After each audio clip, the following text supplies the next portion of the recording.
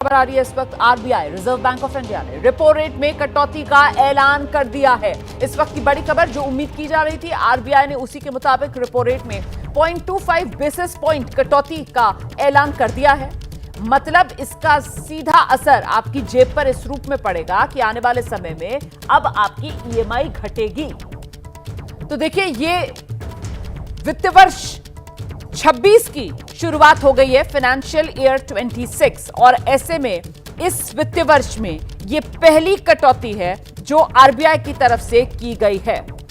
7 अप्रैल से आरबीआई की ये मॉनेटरी पॉलिसी कमेटी जो है, इसकी बैठक शुरू हुई थी और आज मॉनेटरी पॉलिसी में जो फैसले लिए गए उसका ऐलान किया गया और इसी के तहत आरबीआई ने रेपो रेट में 0.25 बेसिस पॉइंट की कटौती का ऐलान कर दिया है। हम सीधे आपको लेकर चलेंगे, हमारे साथ हमारे सहयोगी मृत्युंजय इस वक्त मौजूद है और जरा मृत्युंजय से ही जानते हैं। मृत्युंजय, 0.25 बेसिस पॉइंट कटौती की पहले उम्मीद जताई जा रही थी और उसी दिशा में आरबीआई की तरफ से कदम उठाया गया है। इसका सीधा असर किस रूप में पड़ेगा आगे?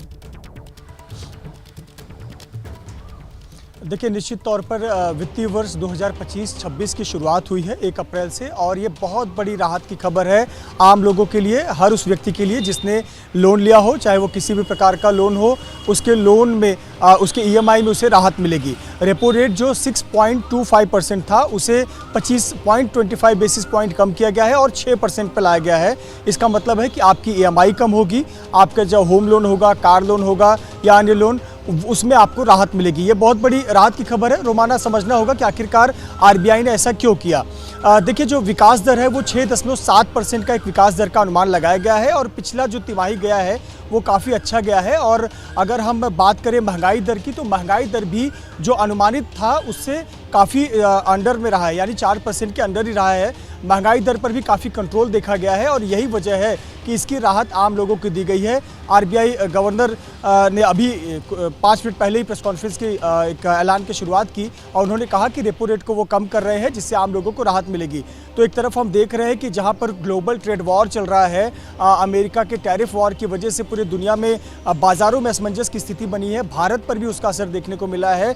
उस बीच आरबीआई ने आम लोगों को एक राहत दी है और कहीं ना कहीं ये बहुत संतोषजनक खबर है। मृत्युंजय, अगर मैं गलत नहीं हूं तो ये राहत और बड़ी इसलिए मानी जाएगी क्योंकि पिछली बार जब एमपीसी की बैठक हुई थी तब भी इसी तरीके से 0.25 बेसिस पॉइंट की कटौती हुई थी, जिसके बाद ये दर जो है वो घटकर 6.25% पर आ गई थी, जिसका अभी आप जिक्र कर रहे थे। और आज जब ये बैठक में दरों का ऐलान होता है तो एक बार फिर से वो 0.25 बेसिस पॉइंट की कटौती, जिसके बाद अब रेपो रेट घटकर 6% पर आ जाता है। तो ये एक कंटिन्यूटी में जो राहत मिल रही है उसका ज्यादा सकारात्मक असर आने वाले समय में। मृत्युंजय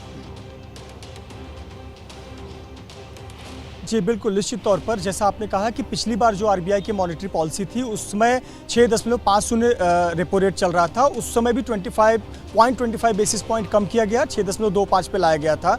और आज इस वित्तीय वर्ष का जो पहली मॉनेटरी पॉलिसी की बैठक हुई उसमें यह निर्णय लिया गया कि रेपो रेट और भी कम किया जा सकता है, लोगों को राहत दी जा सकती है।